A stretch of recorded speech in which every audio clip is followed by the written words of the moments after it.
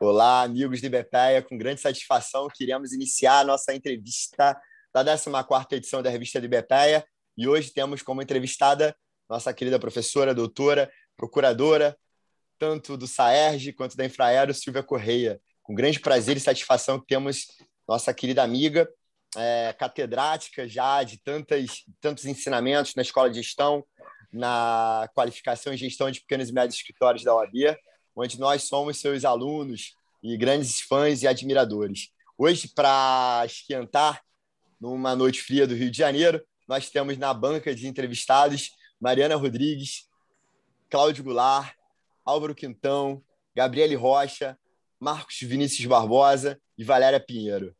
Eu já quero passar a palavra para o nosso querido secretário-geral da OAB, Álvaro Quintão. Boa noite, Álvaro. Obrigado pela presença. Boa noite, Thiago.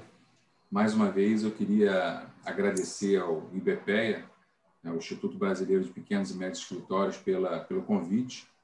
É um prazer muito grande participar aqui dessas entrevistas. A revista do IBPEA tem sido uma referência já para a advocacia e para a gente é muito importante. É um segmento muito importante da advocacia.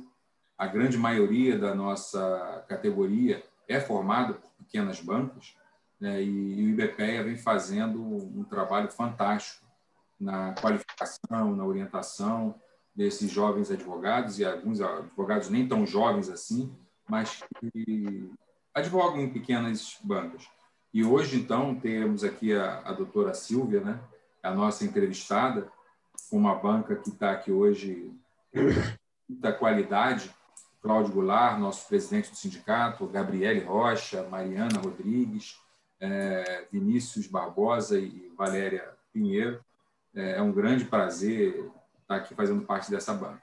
Já que coube a mim aqui a primeira pergunta, eu queria aqui, mais uma vez, cumprimentando a entrevistada, a gente está vivendo um momento de muitas mudanças na advocacia. A pandemia acelerou uma série de processos, o processo da virtualização dos processos, a digitalização de processos físicos, acelerando esse processo todo para que eles passem a ser também processos virtuais. E essa advocacia que está entrando agora está encontrando um mercado completamente diferente daquele que nós entramos. E aproveitando esse momento que a gente está vivendo, eu vi algumas lives da doutora Silvia durante a pandemia, e aí eu queria ouvir a doutora Silvia. O que passar para essa jovem advocacia? O que esperar desse mercado de trabalho, né, para a jovem advocacia com essa necessidade de virtualização de todo o processo?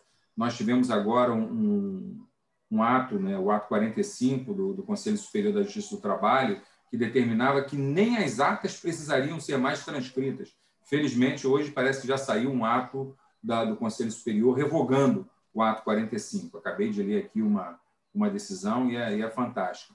E nesse mundo, como é que a gente fala e orienta e sugere para essa jovem advocacia, que normalmente faz parte de pequenas bancas, para esse mundo que está chegando, esse mundo novo que estamos vivendo?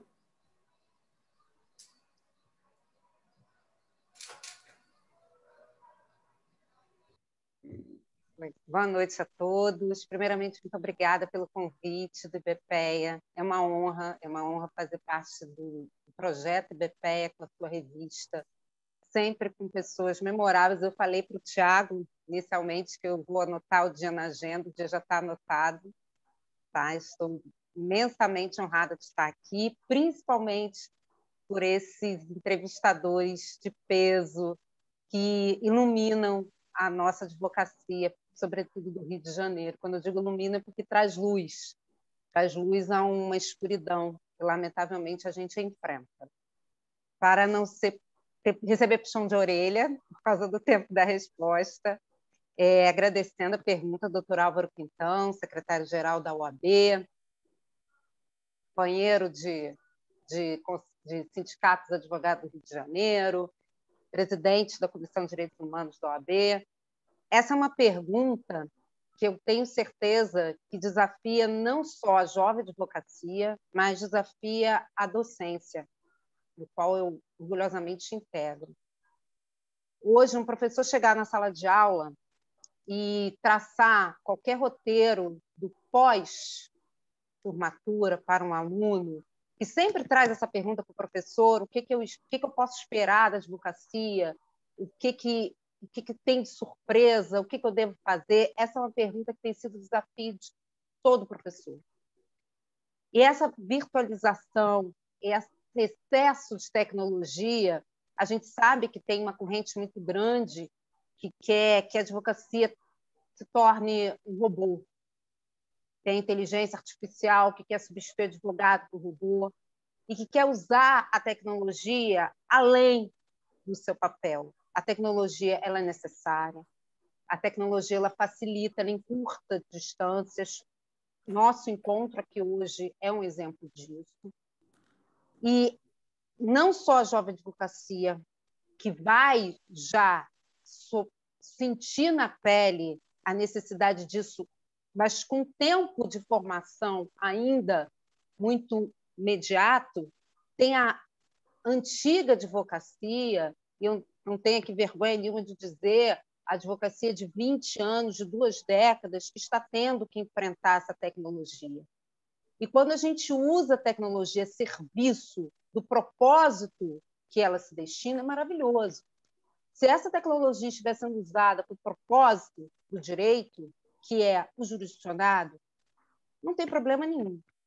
O que me causa espécie nesse uso dessa tecnologia, e é nesse sentido que eu aconselharia todos os meus alunos, é que sejam resistência, façam resistência quando houver qualquer sinal de que essa tecnologia ela está mais a serviço da ferramenta do que do jurisdicionado. Ela não pode ser usada para facilitar trabalho e, sob esse pretexto, dificultar que a advocacia seja exercida, dificultar o acesso à justiça, à garantia constitucional. Quando eu trago, no meio de uma pandemia, uma audiência virtual, sem garantir o artigo do Código de Processo Civil, que todos os poderes do judiciário têm que estar devidamente parametrados com equipamentos e tecnologia à disposição de partes e advogados, eu submeto a população, o jurisdicionado, a sociedade a se conter na necessidade de buscar justiça. E é esse o conselho que eu dou à jovem advocacia. Façam da tecnologia um aliado, mas fiquem atentos quando essa tecnologia, e aqui sem menor pudor, a exemplo do recente ato, diga que eu não posso transcrever um depoimento, que esse depoimento vai ser gravado, independente desse depoimento correr em 1 hora, 2 horas, 3 horas. O Brasil gosta muito de copiar exemplos de grandes economias, chamadas desenvolvidas, e os bons exemplos parecem que, nesse sentido, são esquecidos, porque nas grandes economias, todos os depoimentos judiciários são transcritos, estão sob consulta de qualquer tempo e qualquer biblioteca de tribunal. As gravações são usadas para as transações pré-processuais, para fins de acordo, para minimizar o acesso judiciário, não quando já está buscando o Estado juiz para dizer o direito. Então, jovem advocacia, usem a tecnologia, mas percebam, quando ela for freio, a utilização da justiça como caminho para a democracia. Esse é o meu conselho para os meus alunos para a jovem advocacia. Espero ter respondido. Não, excelente, excelente, doutora Silvia. Na verdade, é como eu gosto muito de dizer que Obrigado, doutor Álvaro, que eu gosto muito de dizer que como o Álvaro destacou, vale muito também para a advocacia que os militantes estão nas pequenas estruturas, né? E que não necessariamente são só a jovem advocacia, porque a advocacia que está sendo desenvolvida nas pequenas estruturas, a jovem advocacia tem até alguma facilidade, né?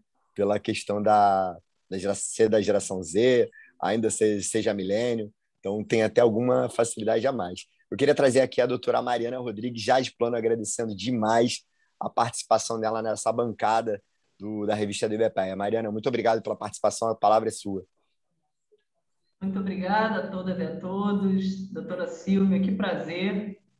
É importante registrar, muito grande, o meu prazer imenso de estar com meus dois presidentes, né? O presidente da Comissão de Direitos Humanos da OAB e o presidente do sindicato aqui, o Sindicato da Advocacia, dos Advogados do Rio de Janeiro. Muito obrigada.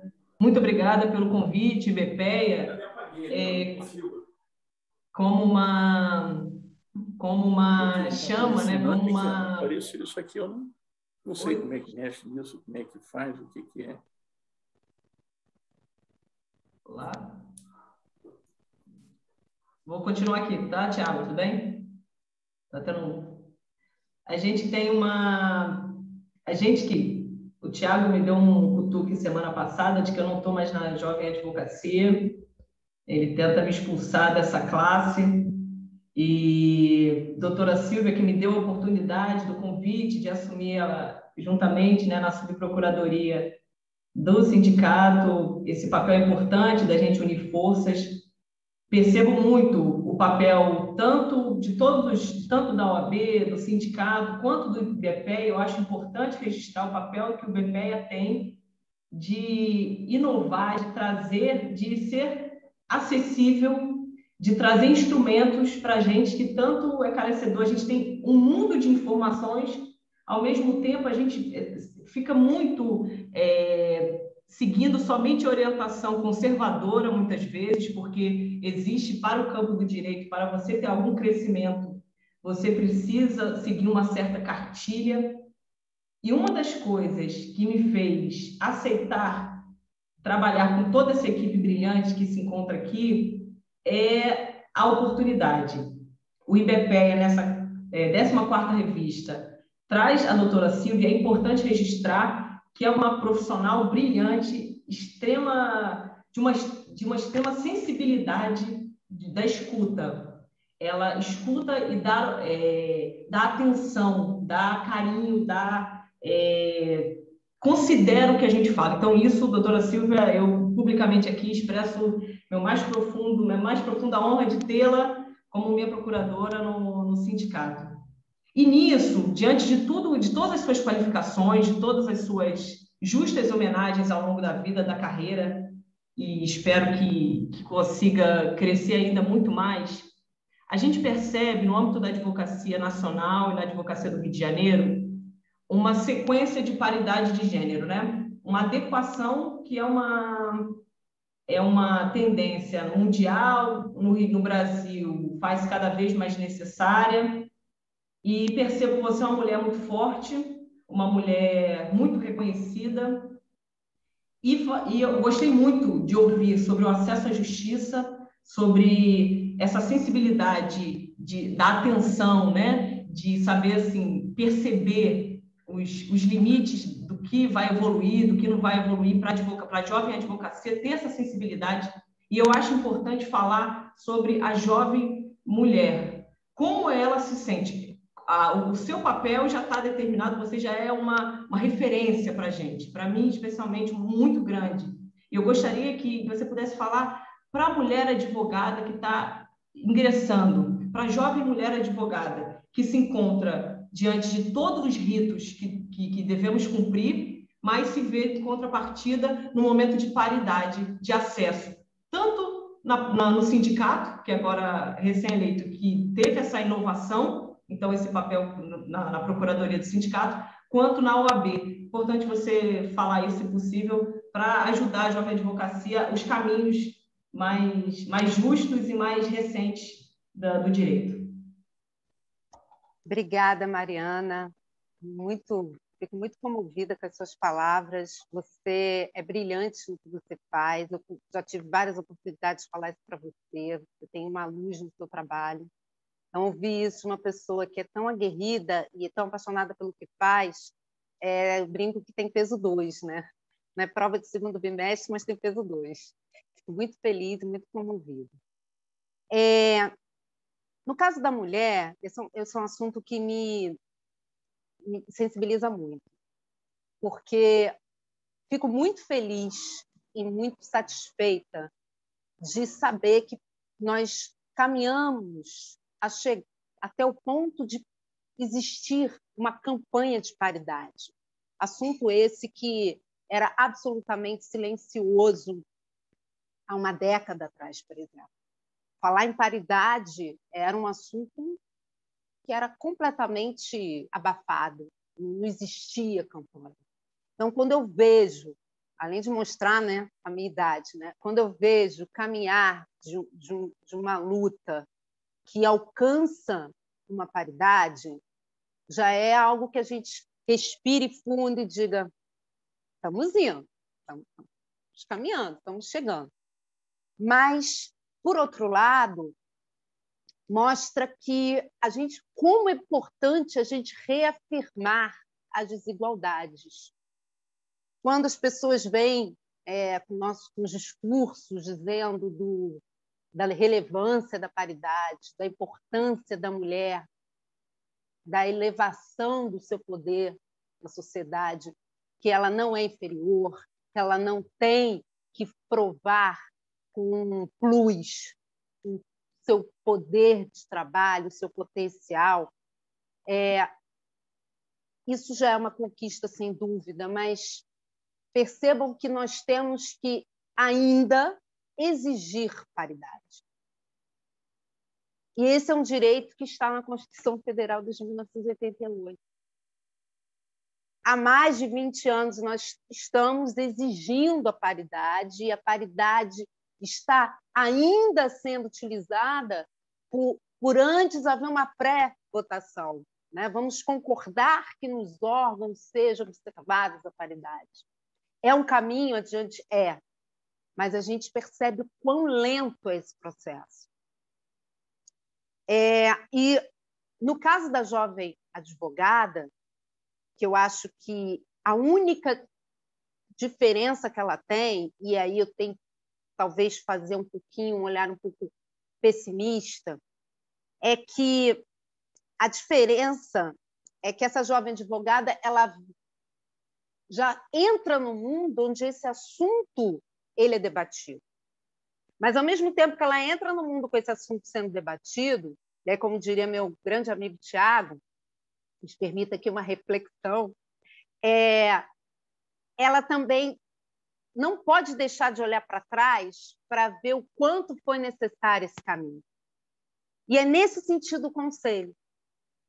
Não é porque nós estamos hoje discutindo paridade, garantindo paridade em alguns órgãos, porque nós não temos nem de longe paridade em conselhos de sociedades anônimas, não temos paridade nas grandes empresas, em multinacionais, em universos acadêmicos, não temos.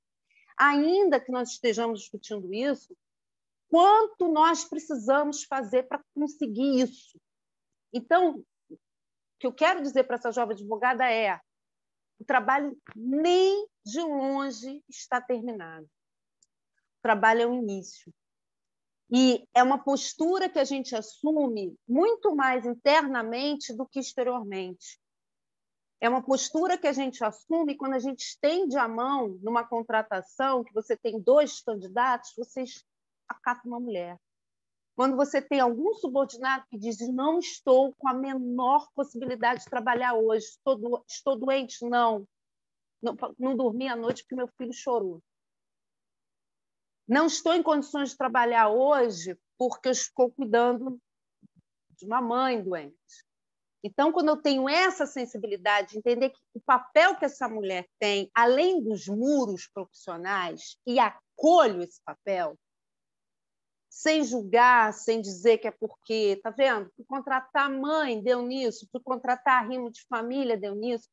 É nesse exemplo que você que está começando o mercado de trabalho, assumindo sua posição como escritório, como agente jurídico, principalmente, por ser advogado, traga nas suas posturas.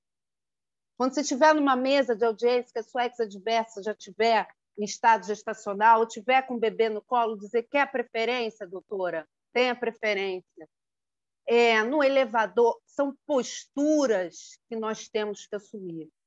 de chegar para sua colega e dizer, olha, se seu filho ligou, não quero saber, ele não precisa estar indo para o hospital, vai para casa. O seu companheiro, a sua companheira não está bem, te ligou, vai para casa. Porque é esse o agente maior de transformação. Nós precisamos de mentes com essa sensibilidade mais do que normativos, aprovações e condutas. Condutas, que eu quero dizer, fruto dessas deliberações. Nós precisamos impor essas condutas como exemplo. Essa é a minha... Eu digo que ainda é uma utopia, mas nós estamos avançando. E aí, em homenagem à Mariana, eu vou terminar aqui parafraseando o Eduardo Galeano. A gente precisa de utopia, porque é a utopia que empurra a gente para frente. Então, jovem advogada, vamos nos vestir dessas utopias e vamos nos empurrar para frente, porque são essas posturas que a gente vai conseguir muito mais do que normas a respeito de paridade. A gente tem que chegar num tempo em que isso não seja mais objeto de discussão. É isso. Excelente, doutora Silvia. Obrigado, doutora Mariana. E olha que a gente está no início da entrevista, né? Então, olha, esse petardo logo já foi no início. Foi incrível, foi incrível. Obrigado, doutora Silvia. Queria chamar para a próxima pergunta o nosso presidente do Sindicato dos Advogados do Estado do Rio de Janeiro, doutor Cláudio Goulart, que, além disso, é o nosso camisa 10 na Escola de Gestão, nosso coordenador da Escola de Gestão, vice-presidente da Comissão de Qualificação e Gestão dos Pequenos e Médios Escritórios, da qual a Silvia, inclusive, é a secretária-geral, e professora, que ajuda a construir uma história muito bonita junto às subseções do Estado do Rio de Janeiro da nossa seccional. Presidente Cláudio Goulart, por favor, a palavra está com você. Inicialmente, boa noite, meu presidente Tiago Mello, a nossa convidada entrevistada, a doutora Silvia Correia, a quem eu tenho um imenso prazer de, mais uma vez, estar compartilhando, e me orgulho muito de ser chamado para essa entrevista, né? A minha diretora, doutora Mariana Rodrigues, a minha secretária-geral, meu braço direito lá no sindicato, a doutora Valéria Pinheiro, né? Doutor Marcos, mais um prazer imenso estar com Vossa Excelência no nosso bate-papo. É sempre um prazer tê-lo aqui, porque é sempre um motivo de sabedoria, de troca de experiência. A minha amiga Gabi, que é a nossa pole position lá, que está sempre no nosso meio, nos ajudando. Deixei, por último, o secretário-geral, que é longe de qualquer coisa, é um amigo, né, um irmão que eu ganhei na vida. E pegar um pouco desse gancho que a Mariana fez e buscar um pouco do que a doutora Silvia falou para mim chegar à minha pergunta. Quando a gente fala de conquista, né, eu acho que a conquista a gente se tem, né, para quando você reconhece realmente o trabalho, seja ela de ideologia de gênero, de pessoas, da sociedade. E hoje, na viagem que nós tivemos a campo, né, eu vou me aprofundar um pouquinho, né, para que vocês possam entender. O Álvaro vinha dizendo para mim o seguinte: você foi feliz, mais feliz do que eu, na composição que nós fizemos do sindicato, né, porque nós conseguimos fazer uma paridade sem nenhuma regra estatutária, né, por qualificação dos profissionais que lá estão, né? E você ainda foi mais privilegiado que eu, porque você conseguiu montar uma executiva da qualidade que você montou, com a maioria sendo mulher, né? Então, eu, nesse aspecto que a gente vem falando, né, que a Mariana abordou e a Silvia discerrou muito bem, né, esse tratamento que nós tivemos no sindicato nos permitiu avançar em outras áreas, né? Nós trouxemos essa experiência, né, através do IBPEA, meu presidente Tiago Mello, né, na Escola de Qualificação de Pequenos e Médios Escritórios, que, quando nós andamos por 56 subseções que nós já fizemos, nós procuramos em cada uma delas ver a característica da cidade, o que ela realmente necessita, e aquilo que os advogados necessitavam saber dessa escola, né? E isso foi uma parceria feita pelo IBPEA, junto com a comissão, onde que nós tivemos eu diria, não a sorte, mas diria um nascimento de uma nova comissão dentro da ordem, que ela foi direcionada para atender os pequenos e médios escritórios e salvaguardar, né, esses pequenos e médios escritórios diante de uma pandemia, né? Então, juntou-se a força da OAB, que o Álvaro teve uma visão, depois de uma visita ele fez ao IBPEA, né, de trazer essa comissão, de nós conseguirmos, na realidade, montar uma equipe de excelência, né, presidida pelo Tiago, e que compõe a Silvia, que compõe a Vivian Perfeito, o Rafael, enfim, uma enormidade de profissionais, que, se não me engano, são 16 que nós nomeamos, né, e participar disso, né, desse projeto que tem, desse novo mundo que nós estamos vivendo, né? Comitantemente a isso, né, conseguimos, então, montar uma ouvidoria no sindicato, onde que também nós tivemos o privilégio de ter a doutora Silvia como procuradora, a doutora Mariana, a doutora Érica, o doutor Rosildo Bonfim, né? Criamos uma ouvidoria por dentro da procuradoria do sindicato. E, Silvia, depois de todo esse preâmbulo que eu fiz, eu queria que você descerrasse para a gente, né, buscando já o que o Álvaro falou, que a Mariana falou, da importância dessas instituições hoje, que nós todos vivenciamos e participamos dela, né, o que ela está trazendo, né, de inovação, né, e de experiência para esses pequenos e médios escritórios, né, dessa nova advocacia que vem, seja a advogada mulher, seja o novo advogado homem, né, dentro dessa cultura acadêmica que você tem, uma excelente professora, uma profissional realmente exemplar, né? Não basta ver as aulas que você administra dentro da comissão, né? O que você pode fazer esse paralelo dentro da comissão, né, de pequenos e médios escritórios, dentro do IBPEA e dentro hoje do sindicato, né? Qual é a perspectiva que você tem disso tudo que nós trouxemos, esse elenco de fatores para dentro da nossa entidade e a gente poder oferecer isso para essa juventude que está chegando. Bem, obrigada, presidente Cláudio Goulart, que me deu a honra de estar com ele na trincheira da gestão do Sindicato dos Advogados do Estado do Rio de Janeiro, que me confiou a procuradoria, algo que, para mim, muito é valioso.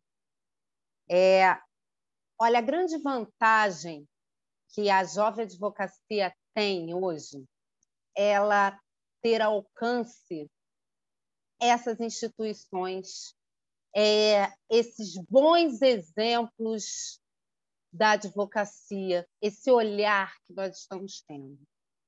E aí, quando eu falo desses bons exemplos, a gente volta também um pouquinho lá atrás, lembra como, quando a gente sai da faculdade, que a gente entra naquele labirinto com luz apagada, o quanto a gente queria, naquele momento, abrir os olhos e enxergar um Instituto Brasileiro de Pequenos e Médios Escritórios, enxergar a OAB, que a gente sabe que está ali para nos amparar, mas enxergar que hoje essa OAB traz uma escola de gestão, que vai nos dizer como constituir ou obter a melhor constituição possível para o seu negócio, que vai nos dar informações sobre estrutura, que vai nos dar informações sobre captação de clientes dentro da ética profissional que essa casa prega, que vai nos dar dicas de como tratar esses clientes, informações que a gente não tem em nenhuma faculdade do planeta, sobretudo do nosso país. Então, essa jovem advocacia sabe que hoje tem um sindicato dentro do Estado do Rio de Janeiro, dos advogados, que conta com uma ouvidoria, com absoluto sigilo para receber as suas dúvidas desse advogado que 80% das vezes, por insegurança de abrir um escritório, por falta de capital para abrir escritório, escolhe um vínculo empregatício, escolhe um caminho mínimo de segurança para ele poder manter a sua sobrevivência. Eu fui assim. Então, é tão bonito, e aí sem nenhum floreio, mas é tão bom esse conforto de nós termos Sindicato de Advogados do Estado do Rio de Janeiro, Ordem dos Advogados do Brasil, Seccional do Estado do Rio de Janeiro, Instituto Brasileiro de Pequenos e Médios Escritórios, trabalhando na semente, trabalhando nesses pequenos e médios escritórios que, na verdade, movimentam mais de 70% dos processos do nosso país. É essa advocacia que representa todo o judiciário. E se esse judiciário não consegue perceber isso, que bom, que sejam bem-vindas e rendo todas as homenagens a essas posturas que hoje nós, com muito esforço, mas com muita vontade de realizar, a gente consegue trazer para o Estado do Rio de Janeiro.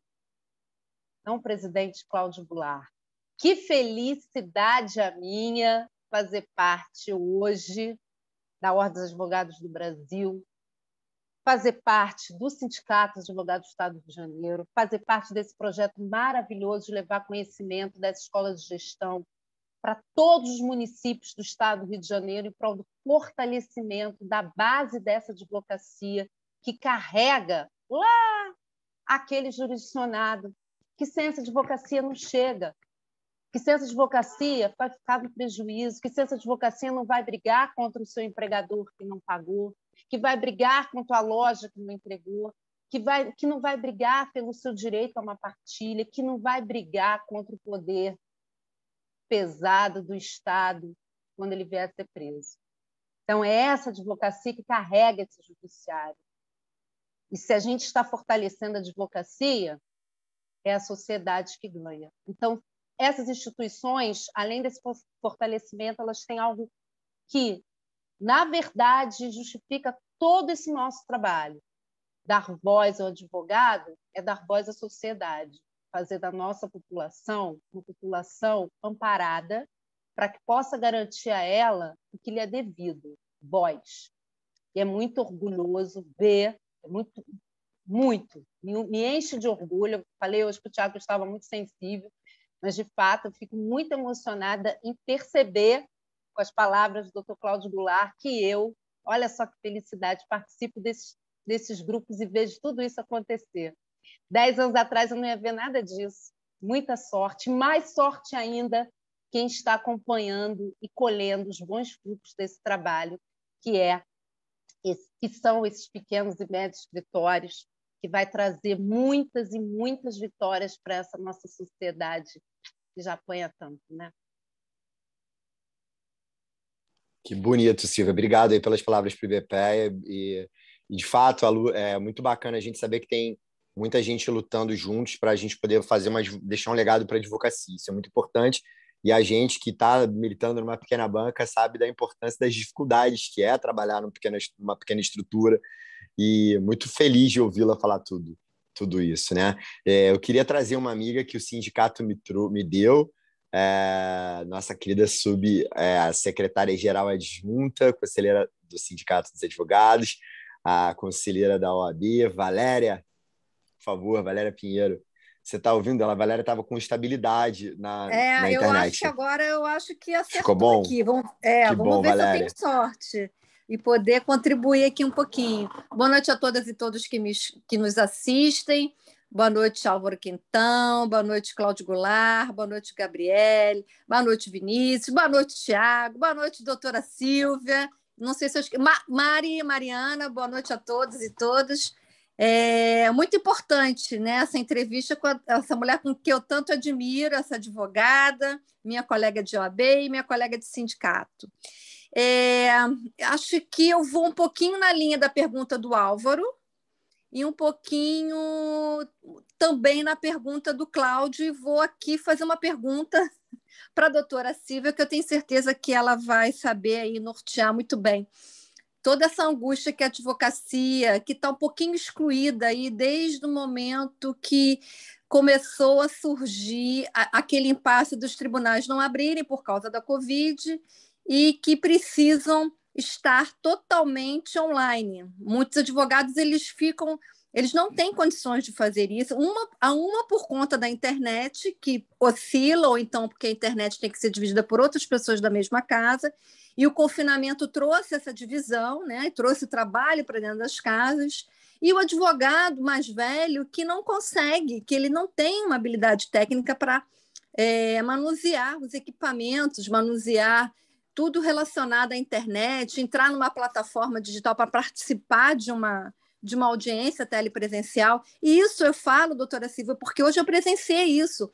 Eu fui numa sala que a OACARD acabou de inaugurar, que é no DEPAOL, justamente para dar um suporte aos advogados que não têm essas habilidades técnicas para participar das audiências telepresenciais, e a CARD está dando esse suporte através de um espaço no condomínio do edifício DEPAOL. E lá eu fui observar quais eram os advogados que estavam ali, né? Utilizando desse serviço e sendo auxiliados por funcionários do OAB. Eram advogados mais velhos, advogados que estão excluídos porque eles simplesmente não conseguem, sozinhos, por eles mesmos, vencerem todo aquele medo da internet e do computador, de como participar de uma audiência telepresencial. Então, doutora Silva, quando você escuta a justiça totalmente digital, 100% digital, não causa medo a mim, que tenho 30 anos de advocacia, mas que não tenho medo de computador e nem de participar de audiência telepresencial. Você imagina para esses advogados, né? Imagina para essas pessoas, advogadas ou advogados que estão dentro de casa, dividindo uma internet com toda a sua família. Então, a minha pergunta é a seguinte, doutora Silva, você bem objetiva. A justiça 100% digital, ela é excludente, não é? Boa noite, doutora Valéria, companheira queridona, companheira de jornada, de OAB, de sindicato. Vou respondendo bate-pronto. Ela é excludente, sim. Ela é excludente porque ela não cumpre o seu papel. E lembrando que essa, vamos chamar assim, advocacia de vanguarda ou advocacia da velha guarda, elas não são oponentes. Eu não preciso abraçar uma e excluir a outra. E essa pergunta sua é tão pertinente que hoje eu recebi 2 mensagens no WhatsApp de um colega, também com muito tempo de formada, e com pouco tempo, mas com muito tempo de vida, que teve outras formações, desesperadas com o PJE ainda, desesperadas com o PJ-Calc, desesperadas com as audiências virtuais. Estamos falando de profissionais extremamente combativos, extremamente competentes, e que estão com receio de causar algum prejuízo para o seu cliente por conta da imposição de, num processo, só apresentar cálculos para o PJ-Calc, mesmo sendo advogado, de, no outro processo, ter que fazer uma audiência virtual sob uma linha de condições impostas por tal magistrado, e outra, de estar numa audiência de instrução e ter se deparado com esses problemas tecnológicos de queda de internet, e de estar extremamente aflita porque ainda não teve sequer a internet para saber qual foi o resultado da audiência. Então, são problemas absolutamente efervescentes, problemas atuais, e que estão, sim, excluindo a advocacia. E eu digo mais, eles estão excluindo uma advocacia que é a advocacia do suficiente, na sua grande maioria das vezes. Porque quando nós falamos de grandes bancas, esse escritório, quando surge uma medida de imposição de qualquer artifício ou ferramenta tecnológica, esse escritório ele vai, no máximo uma semana, saber onde está ocorrendo treinamento para isso, vai trazer esse treinamento para dentro do escritório. Na semana seguinte, ele vai contratar 1 ou 2 profissionais para que fiquem dedicados a esse tipo de treinamento ou dedicados ao uso dessa ferramenta, e vai acontecer e os seus processos vão ser mobilizados sem qualquer problema. Agora, o pequeno, advogado de uma sociedade unipessoal, um advogado que sempre teve seu escritório sozinho, com a ajuda de 1, 2 sócios ou com 2, 3 pessoas, ele não tem tempo, ele não tem recursos para dar essa resposta tecnológica que está sendo exigida da advocacia. Então, ela é excludente à medida que esses tribunais ainda, como mencionei há pouco, descumprem de forma flagrante, aviltante, desproporcional a imposição do Código de Processo Civil. Eu não posso exigir aquilo que eu não ofereço. Isso é uma regra que a gente traz da vida e que a gente traz e leva para o mundo profissional. Eu não posso exigir o que eu não ofereço. A grande maioria dos tribunais concederam aos seus magistrados, e aí não estou dizendo se isso é justo ou injusto, isso faz parte do trabalho deles, eu não estou entrando nesse mérito, mas concederam o aparato necessário. Notebook, com câmera, com microfone, para o servidor, alguns, nem todos, mas eles têm o acesso a isso. Eles têm uma equipe de TI, tecnologia de informação, que vão dar esse suporte no menor sinal. Se for magistrado, ele vai dizer que não tem condições de fazer, vai adiar a audiência e acabou. Para o advogado, ele não pode dizer, excelência, não tem condições de fazer audiência, em que pese o nosso Conselho Nacional de Justiça assim determinar, o magistrado não acata. Pede para justificar, magistrado oficiando, operadora de telefonia, para saber se tem ou se não tem crédito, independente se ele mora sozinho, se ele não mora sozinho. Isso é vida privada, isso é vida íntima, que extrapola o exercício do poder jurisdicional. Ele está ali para receber a sociedade e dizer o direito, jurisdição. Dizer o direito é muito simples. Eu não estou pedindo para você julgar a ferramenta. Estou pedindo para você julgar o meu direito e me dar, me fornecer, me disponibilizar esse acesso. A gente esquece que também no Código de Processo Civil está previsto que o magistrado ele pode, muitas das vezes, sair dos muros dos seus gabinetes, das suas salas, e fazer verificações em loco, colher depoimentos em loco, reconhecendo a impossibilidade. Então, se está duvidando, vamos fazer o seguinte, eu vou reagendar essa audiência, vou marcar da melhor forma possível, o meu tribunal fornece, então que seja a serviço do jurisdicionado.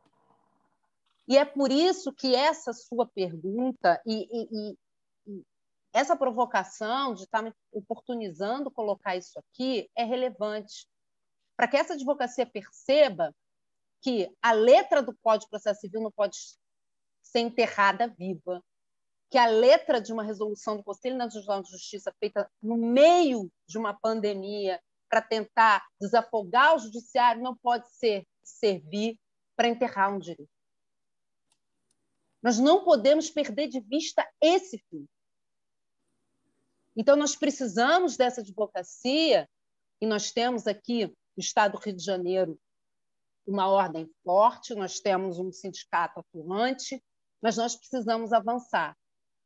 Nós ainda temos data máxima vem no Conselho Nacional de Justiça, que é Davi Golias. A grande maioria é de magistrados. Então, nossa voz não vai ter o mesmo peso desses magistrados. Mas nós precisamos chegar, através dessas instituições que representam essa categoria, que representam essa profissão, chegar o mais perto possível do Conselho Nacional de Justiça, promovendo esses debates, obrigando esse olhar de inclusão. Porque tudo que o direito pode ser, de tudo que a gente pode conceber de entendimento, há um único entendimento que nós não podemos, de forma alguma, aceitar é exclusão. Do contrário, a gente rasga a Constituição e entrega a carteira. Então, se houver uma prática excludente, nós precisamos de vozes, precisamos de mandado de segurança, ofícios, representações, pedidos de providências, tudo que tiver no nosso limitado acervo de atuação disponível para brigar, para não permitir tais exclusões. E aí, só para concluir, eu parabenizo, inclusive, a OAB essa semana pela conduta que ela teve com uma advogada gestante, que tinha uma audiência designada e que não teve a possibilidade de uma petição ser acolhida pelo juízo de piso no seu pedido de reagendamento, porque era a data da sua cesariana, ou estava próxima da sua cesariana, ou ela estava prestes a dar à luz, motivo suficiente para reagendar, quando ela era a única advogada do processo. O juiz não pode me obrigar a subestabelecer um processo que é meu, que eu acompanho desde o início. E se essa sensibilidade faltou ao juízo de piso, ela, em boa hora, em muita luz, sobrou na concessão da liminar pela desembargadora Gisele Bondim, a quem eu parabenizo, e muito orgulho de fazer parte do Tribunal Regional do Trabalho por ter essa sensibilidade. Precisamos chegar ao mandato de segurança para reconhecer o direito que uma advogada tem de se ausentar nos dias que antecedem ou nos dias que são o dia do seu parto. Direito à maternidade. Então, imagina se essa medida não chegasse ao tribunal e se isso fosse mantido. O direito de defesa desse cliente estaria excluído. Então, nós estamos sim sendo reféns de tecnologias, mas mais, nós estamos sendo reféns de decisões arbitrárias que querem excluir a advocacia que defende quem não tem voz. Mas para esses que não têm voz, tem OAB, tem sindicatos de advogados do Estado do Rio de Janeiro, que vamos muito avançar nesse sentido. Obrigado, doutora Silvia. É realmente um caso lamentável. Muito bom a movimentação da ordem nesse sentido, a solidariedade do sindicato também. Queria passar a palavra para o meu querido amigo Marcos Vinícius Barbosa, advogado, procurador do Estado e um querido apoiador do IBPEA. Bem-vindo que bom vê-lo aqui de novo na mesa de entrevistados, irmão. A palavra está com você. Obrigado, Tiago. Boa noite a todas e todos. Queria dar boa noite à doutora Gabriela Rocha, ao doutor Álvaro Quintão, secretário-geral da Ordem, doutora Valéria Pinheiro, nosso querido presidente do sindicato Cláudio Goulart, meu amigo Tiago de Mello, e também a doutora, principalmente, né, a doutora Silvia Correia, entrevistada de hoje. Acho que essa entrevista não deixa de ser uma homenagem pela sua belíssima trajetória na advocacia, sempre aguerrida. É um prazer e uma honra poder estar aqui nessa mesa com pessoas tão ilustres da advocacia do Rio de Janeiro e do Brasil, podendo fazer parte desse momento aqui de homenagem e reflexão, né, sobre os desafios da advocacia do século XXI e principalmente do século XXI pós-pandemia. Eu queria seguir um pouquinho na linha da última pergunta da doutora Valéria e um pouco do que a doutora Silvia já falou, para a gente falar um pouquinho, ouvir um pouquinho, né, da doutora Silvia sobre desafios à frente da Procuradoria do sindicato, né, que ela passa agora a chefiar, um desafio grande, mas acho que desafios grandes aparecem para pessoas que estão preparadas para ele. Acho que é o caso, então acho que o sindicato está muito bem servido. E queria tentar ouvir um pouco da doutora Silvia como ela acha que a Procuradoria pode ajudar num momento tão difícil como esse que a gente vive. Ela já falou um pouco. Recentemente, nós vimos também um caso de um advogado que foi obrigado, com Covid, internado, que foi obrigado a fazer uma audiência, enfim, do hospital. Quer dizer, a tecnologia traz também essa quase escravidão, quer dizer, você é buscado onde você estiver, na condição que você tiver, e é uma coisa também muito complicada para a advocacia, mas não é só esse o desafio, né? Esse é o desafio mais ligado à área de prerrogativas, que é uma área super importante e sensível para a advocacia sempre. A gente vê o judiciário, às vezes, com essa expansão dos meios tecnológicos, olhando muito para si mesmo, né? E esquecendo que justiça não se faz sem a mediação do advogado, que ela é fundamental. Há outros desafios também. A gente está ouvindo agora a possibilidade de uma reforma tributária que pode ser especialmente penosa para os profissionais liberais. Eu vi hoje a movimentação do presidente do Conselho Federal junto ao relator. Enfim, são muitos os desafios para a advocacia, e especialmente para a advocacia dos pequenos e médios escritórios. Quer dizer, como a Procuradoria, agora chefiada por você, está se preparando para esses desafios e como ela pode contribuir nessas discussões e, eventualmente, também, né, ingressando em juízo para poder fazer valer os direitos dos advogados. Boa noite, Marcos. Obrigada por suas palavras. Fica assim, seguro que o papel do estar aqui está sendo muito mais difícil do que estar na frente da Procuradoria, e eu vou te dizer por quê. Quando o Dr. Cláudio Goulart me fez esse honroso convite, e eu aceitei, ele está aqui para não me deixar mentir, eu sempre disse a ele que nenhum órgão ele pode fazer esse trabalho sozinho, e é exatamente dentro dessa crença dele, qual me filio, que eu aceitei esse encargo, porque desde o início eu disse que eu queria começar devagar, mas não iria de forma alguma começar sozinha.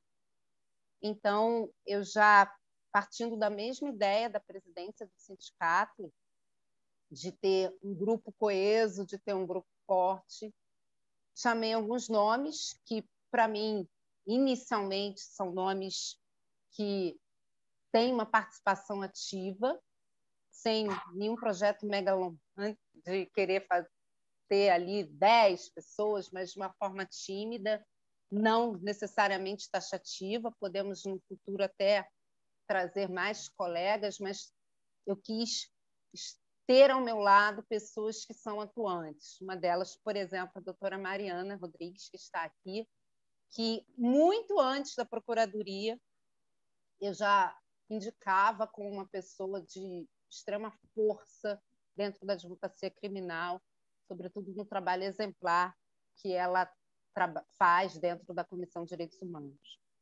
Então, dentro dessa ideia de grupo e de trazer pessoas que têm uma atuação aguerrida, combativa, que é o que o momento exige, eu fiz o convite, juntamente com o Dr. Cláudio, de trazer essas pessoas para tentar mostrar para a sociedade de advogados, dentro da atribuição do sindicato, que é de defender a categoria do advogado enquanto empregado, ou que esteja com seu direito sendo violado nessa condição da sua prestação de serviço, do seu trabalho em favor de um escritório, que seja, que essa Procuradoria iniciasse seu trabalho ouvindo as grandes polêmicas. Nesse sentido, nós conseguimos, inicialmente, trazer a discussão em 2 audiências públicas,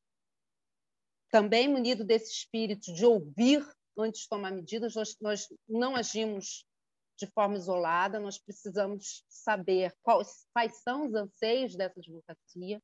Então, nós fizemos audiência pública relativa aos honorários, audiência pública relativa à abertura dos tribunais, participamos dessa audiência pública, e temos outras audiências públicas com temas emblemáticos e afetos a essa advocacia do Estado do Rio de Janeiro. Então, essas foram as primeiras medidas, e, recentemente, de comum acordo, nós resolvemos criar a ouvidoria para já nos apresentarmos para essa sociedade de advogados e empregados, dizer que nós estamos dispostos a ouvir as suas demandas. Então, o sinal que nós queremos transmitir estamos aqui para representar a voz do advogado, e nós não podemos falar antes de ouvir. Então, nesse sentido, as audiências públicas, nesse sentido, a ouvidoria, e, obviamente, estamos já caminhando para algumas medidas um pouco mais ativas, de denúncias, mas sempre motivadas por um clamor, por um pedido, por um apelo da advocacia. De uma forma muito tímida, tá, Marcos? A gente está bem no início, tem só 6 meses. Então, eu acho que o primeiro passo que nós demos foi promover essas audiências, estar querendo promover quantas audiências forem necessárias, e de criar essa ouvidoria, mostrando ao advogado que nós estamos com como resguardo do seu sigilo do seu nome, do seu problema. Nós vamos ouvir e, se for necessário, estiver dentro da nossa atribuição, não nos furtaremos a agir, e se não estiver na nossa atribuição, nós vamos, com toda certeza, orientar com esse time de procuradores, doutora Mariana Rodrigues, doutor Rosildo Bonfim, doutora Érica Pereira, nós vamos dar a orientação que lhe é imprescindível nesse momento. Não vamos deixar esse advogado sem resposta. Então, esse que é o grande caminho, o grande difícil trabalho, como eu disse, né? Muito difícil trabalho, de trazer essa advocacia para nos buscar apoio, buscar esse apoio, nos promover a esse outro status, que é da ação. Estamos no momento de audição, mas nós queremos dar outros passos rumo à ação. É esse o nosso projeto. E, com toda certeza, com esse time que a gente tem aqui, não só dentro da Procuradoria, porque eu acredito muito em cada componente dessa gestão, nós vamos conseguir avançar. Qualquer avanço vai ser bem-vindo. Com certeza. Obrigado, doutora Silvia. Obrigado, Marcos. Muito importante saber dos próximos passos da Procuradoria e desse canal da ouvidoria aberto para todos os colegas. Obrigado. Queria chamar a nossa secretária-geral do IBPEA, Gabriele Rocha. Olá, amigos. Boa noite. Olá. Boa noite, doutora Silvia. Boa noite para todos. Muito feliz pelo convite, a oportunidade de estar aqui com vocês, ao lado de profissionais que eu admiro muito e que eu venho acompanhando toda a trajetória do sindicato, da OAB, onde a gente consegue ter esse espaço, né, nós advogados, para poder a gente trazer os problemas que a gente enfrenta e buscar soluções. Bom, doutora Silvia, queria saber um pouquinho de você, assim, contar um pouco da sua experiência, no sentido de, nesse momento que você escolheu a área que você iria atuar, né? A gente sabe que você também atua numa estrutura pequena, né, de advocacia, que é o que o IBPEA tenta trazer, e a comissão de gestão, com as aulas, a gente poder trazer esse auxílio a esse segmento da advocacia que é predominante, né, aqui no Rio de Janeiro. Então, queria saber de você como que você escolheu o seu nicho de atuação, se você acha isso fundamental, importante, e algumas estratégias aqui para a gente poder, talvez, aí, acompanhar a sua trajetória tão inspiradora. Obrigada, boa noite. Querida Gabriela, obrigada por essa pergunta. Olha, eu não vou fazer isso com as pessoas que estão assistindo, porque se eu for falar da trajetória, além de entregar a minha idade, eu vou levar um puxão de orelha, porque eu já me aventurei em muitas coisas, mas quando eu digo que eu me aventurei em muitas coisas, foi porque quando a gente sai da faculdade, a gente não tem a receita do bolo, né? Mas uma coisa eu sempre tive certeza. Eu sempre tive a certeza que eu queria exercer uma advocacia em prol do justo. Eu falo isso não é querendo fazer demagogia.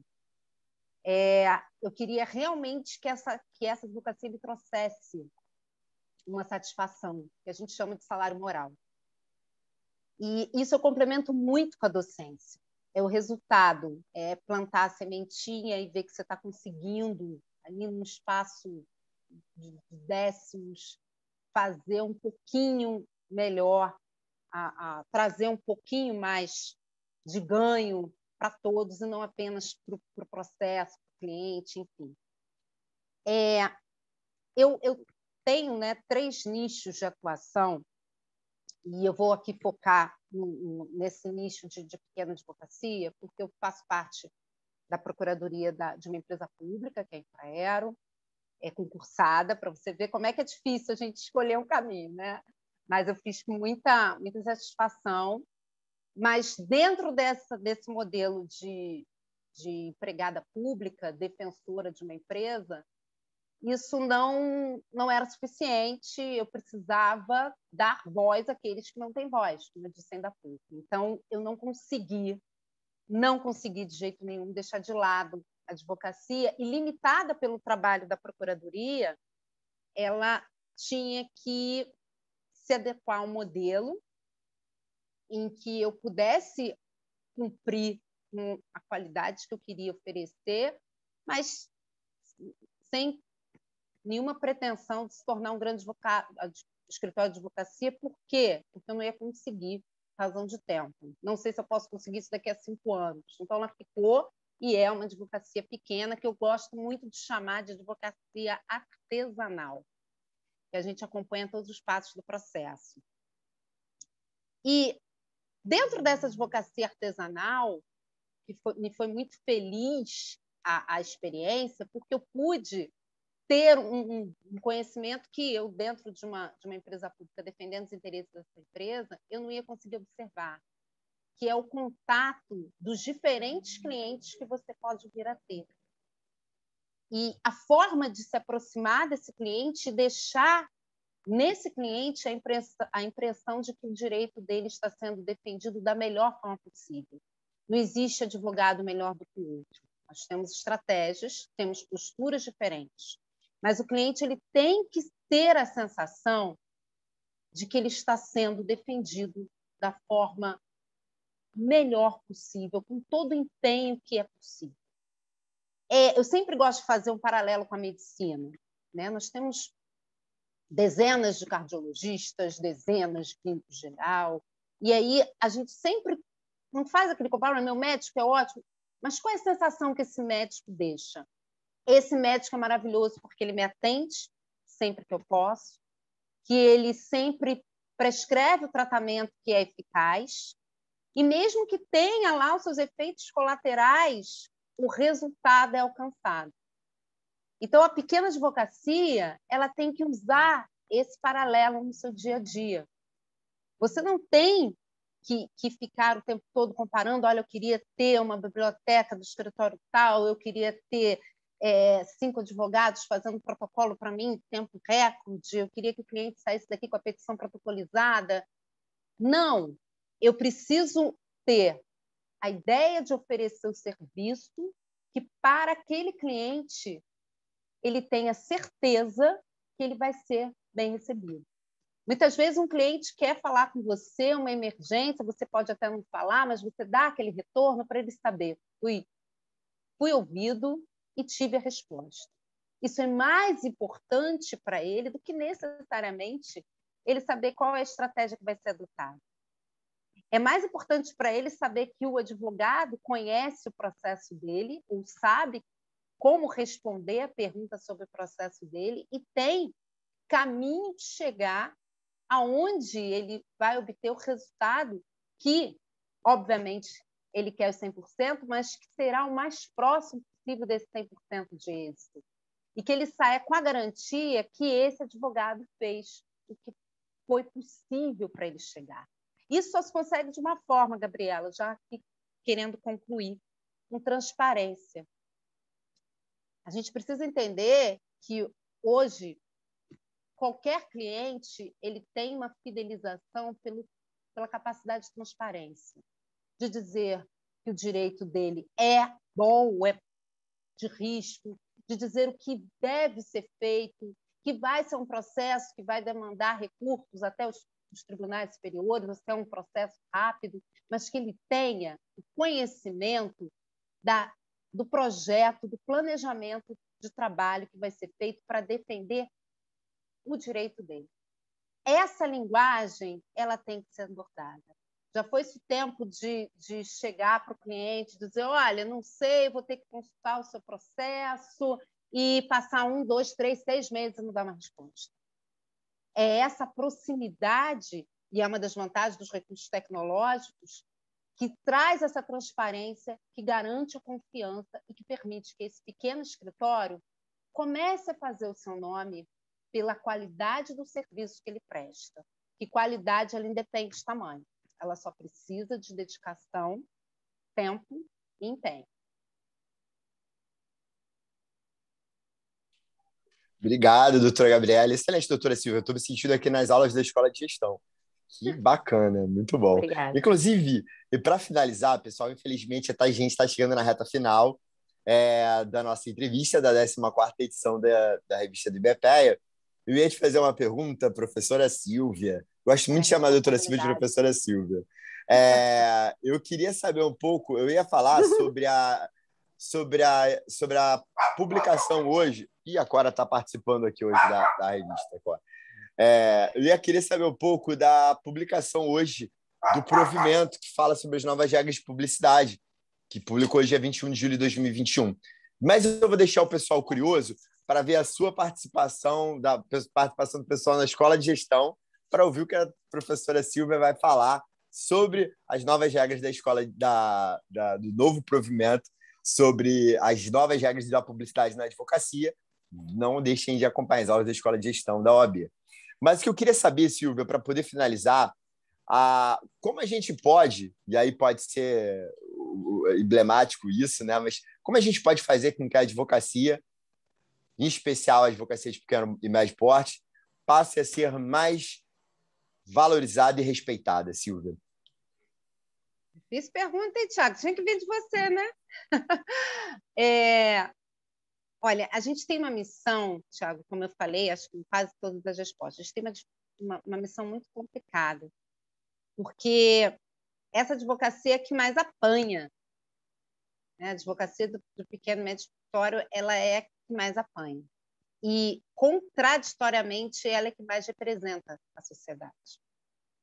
Então, quando você me pergunta o que essa advocacia pode fazer, o que ela tem a fazer, eu digo, olha, ela já está fazendo. Ela já está se organizando. O Instituto Brasileiro de Pequenos e Médios Escritórios é um exemplo disso. Eu acho que foi essa virada que vai trazer mais resultados para essa advocacia. A gente não pode mais achar que eu, como advogada trabalhista e previdenciária, não posso conversar com o advogado tributário e que esse cliente deve ser absolutamente, sumariamente rejeitado se vier com uma demanda tributária que não é da minha área. Eu tenho que aproveitar esses movimentos e traçar parcerias, traçar conjuntos e elos de advocacia. Porque essa advocacia sai do individualismo, e quando eu digo individualismo, é daquela sociedade, daquele exercício unipessoal, para trabalhar em cadeia. Então, se eu tenho um pequeno trabalhista previdenciário, junto com um pequeno tributarista, com um pequeno civilista, eu já consigo, respeitando essas atuações unipessoais, mas fazer movimentos de grande força, trazer resultados para a advocacia, porque aquele cliente que te procurou para uma demanda que não era da sua especialidade, mas você trouxe a resposta fazendo uma parceria, trazendo aquele colega para atuar em conjunto, mas que trouxe a resposta, olha que maravilha.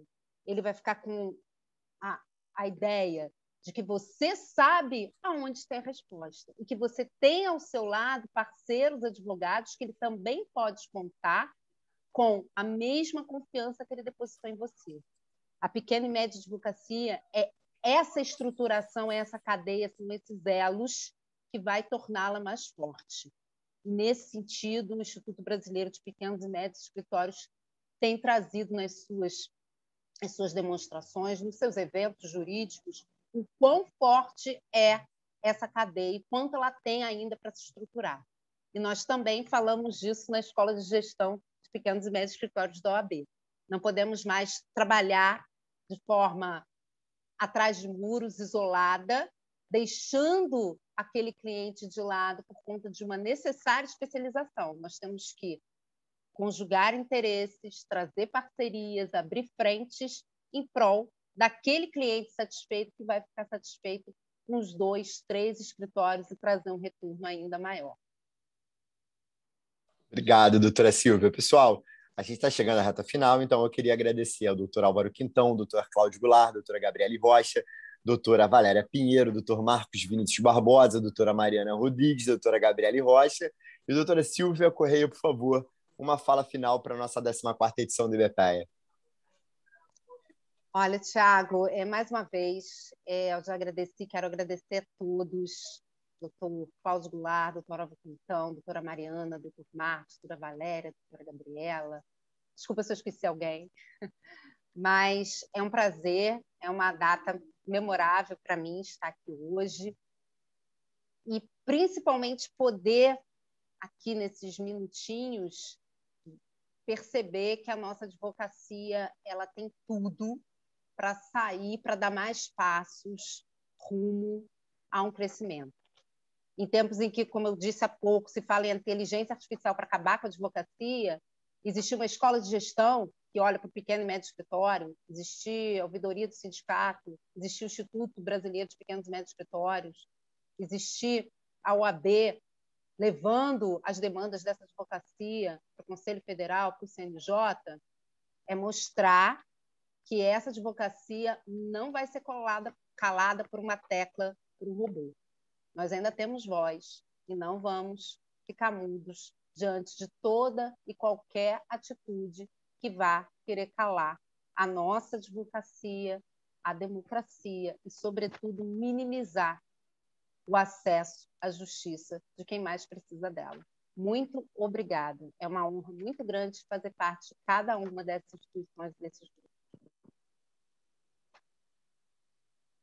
Sensacional, Silvia. Obrigado, muito obrigado a todos. Então, esperamos vocês para as próximas edições e não deixem de acompanhar a nossa 14ª edição da Revista do IBPEA. Um beijo a todos.